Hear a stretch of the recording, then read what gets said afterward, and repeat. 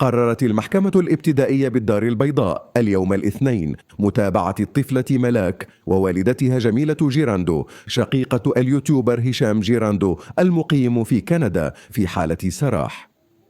وجاء هذا القرار استجابة للملتمس الذي تقدم به الدفاع خلال الجلسة السابقة، ليتم اليوم الاثنين تأكيد متابعتهما في حالة سراح في انتظار استكمال إجراءات المحاكمة. وكانت النيابة العامة بالمحكمة الابتدائية الزجرية بعين السبع قد قررت متابعة 4 من أقارب اليوتيوبر هشام جيراندو في حالة اعتقال، من بينهم الطفلة القاصر التي تم إيداعها بمركز حماية الطفولة عبد السلام بناني، فيما أودع المتابعون البالغون السجن المحلي عكاشة بعين السبع. ويواجه الأشخاص ال5 تهما تتعلق بالمشاركة في توزيع وبث ادعاءات ووقائع كاذبة بقصد المس بالحياة الخاصة للأشخاص والتشهير بهم، والمشاركة في التهديد، المشاركة في إهانة هيئة دستورية للمملكة، المشاركة في إهانة هيئة منظمة.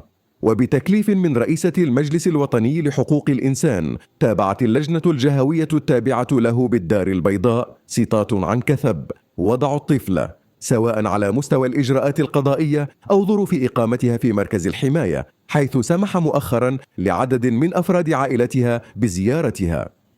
وأكد المجلس في بيان له ضرورة التوقف الفوري عن نشر أي معلومات أو صور تعرف بالطفلة، محذرا من تداعيات الكشف عن هويتها على حقوقها وحمايتها من الوصم الاجتماعي.